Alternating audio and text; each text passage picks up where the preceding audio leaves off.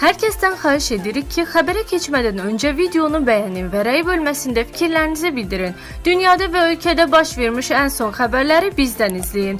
Bunun üçün kanala abunə olmağı və bildiriş simvolunu açmağı unutmayın. İndidən təşəkkürlər. Salam dəyərli izləyicilər. Günün ən diqqət çəkən xəbərləri ilə qarşınızdayıq.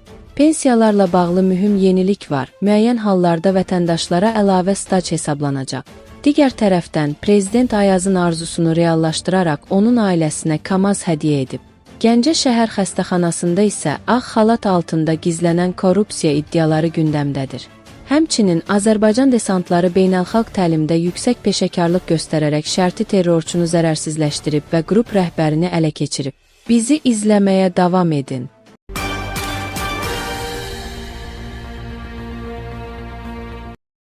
Kimlərə qulluq dövrü pensiya stacına daxil edilir? Əmək pensiyasının hesablanması zamanı bəzi qulluq dövrlərinin sığorta stacına daxil edilib-edilməməsi vətəndaşlar tərəfindən tez-tez soruşulan məsələlərdəndir. Oxu24.com xəbər verir ki, Dövlət Sosial Müdafiə Fondunun İctimaiyyətlə Əlaqələr Departamentinin müdiri Rəşad Məhdilinin açıqlamasına görə, qanunvericilikdə müəyyən kateqoriyalara qulluq müddətinin sığorta stacına daxil edilməsi nəzərdə tutulur. Bildirilir ki, əmək pensiyası hüququ müəyyən edilərkən müvafiq icra hakimiyyəti orqanının qərarı ilə 81-100% orqanizm funksiyalarının pozulmasına görə əlilliyi olan şəxslərə və ya əlilliyi olan uşaqlara qulluq müddəti sığorta olunan şəxsin əmək stacına əlavə edilir. Eyni zamanda yaşlı şəxslərə, xüsusilə 70 yaşdan yuxarı və müəyyən hallarda 60 yaşdan yuxarı insanlara qulluq edildiyi müddət də qanunvericiliyə uyğun olaraq sığorta stacına daxil edilə bilər. Qeyd olunur ki, bu dövrlər əmək pensiyası hüququnun müəyyən olunmasında nəzərə alınır və vətəndaşın ümumi pensiya hesablanmasına təsir göstərir.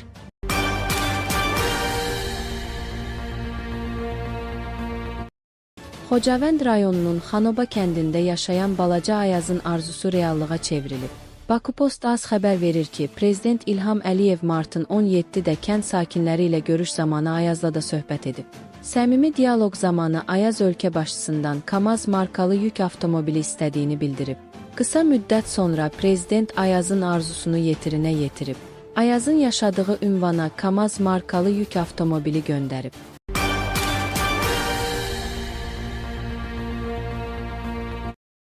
Azərbaycanın ən böyük regionlarından biri olan Gəncə şəhərində səhiyyə sistemi sanki şəfa ocağı deyil, ayrı-ayrı şəxslərin varlanma poligonuna və korrupsiya yuvasına çevrilib.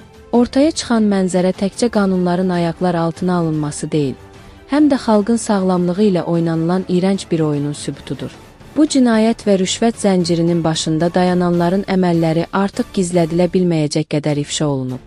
Korrupsiyadan qovulub mükafatlandırılan kadr Məlahət Bayramovanı kim qoruyur?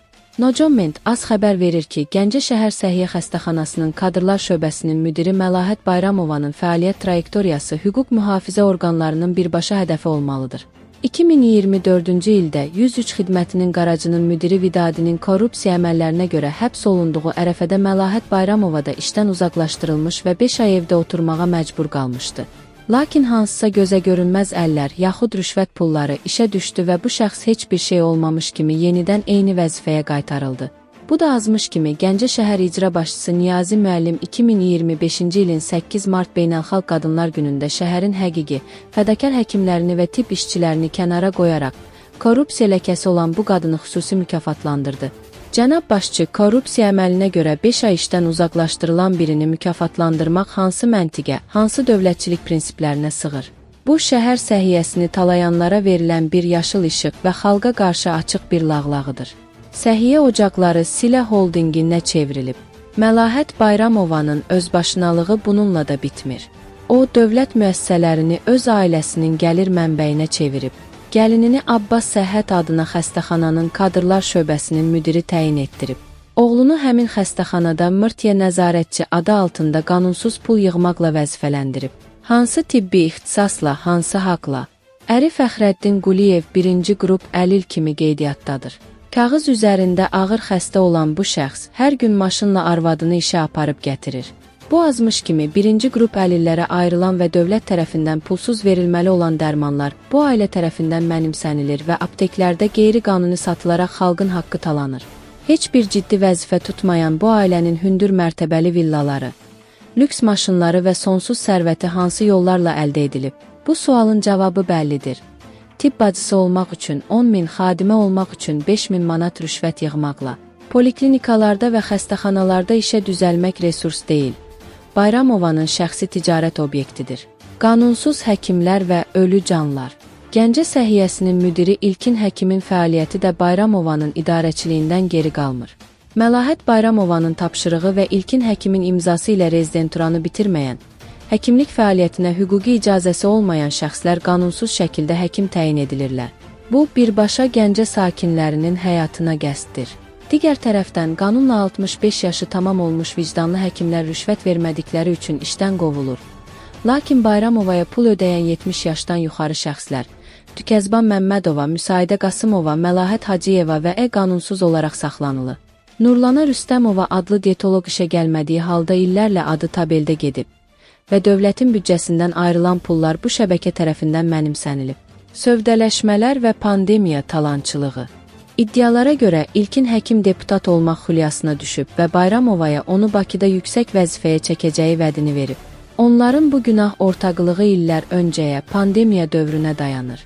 Keçmiş direktor Nazim Həkim və İlkin həkimin rəhbərliyi dövründə insanların can dərdi çəkdiyi pandemiya zamanında yüzlərlə saxta ad rəsmiləşdirilərək milyonlarla dövlət vəsaiti talanmış və bu qruplaşma həmin pullar hesabına milyonerə çevrilmişdir.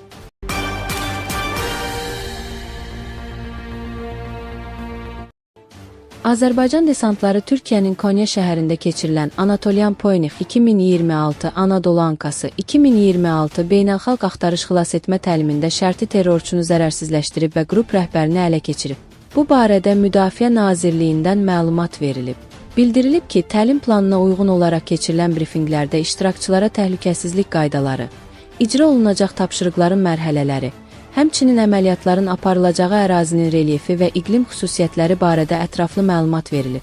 Tapşırığa əsasən şərti qəzaya uğramış pilotun aşkarlanması və xilas edilməsi məqsədilə paraşüt desant və axtarış xilasetmə bölmələri tərəfindən kompleks əməliyyat icra olunub.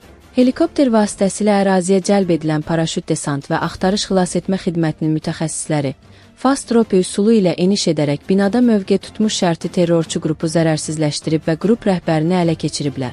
Əməliyyatın növbəti mərhələsində ərazi üzərində tam nəzarət təmin edilib, pilot təhlükəsiz şəkildə təxliyə olunub. Tapşırığın uğurla icrasından sonra şəxsi heyət helikopter vasitəsilə ərazini tərk edib. Eyni zamanda əməliyyata cəlb olunan aviasiya vasitələri qruplara havadan mühafizə və atəş dəstəyi göstərərək tapşırıqların effektiv icrasına köməklik göstərir. İcra olunan fəaliyyətlər zamanı şəxsi heyətin yüksək peşəkarlığı, eləcə də bölmələr arasında qarşılıqlı fəaliyyət və koordinasiyanın yüksək səviyyədə olduğu nümayiş etdirilib. Qeyd edək ki, beynəlxalq təlim aprelin 17-dək davam edəcək.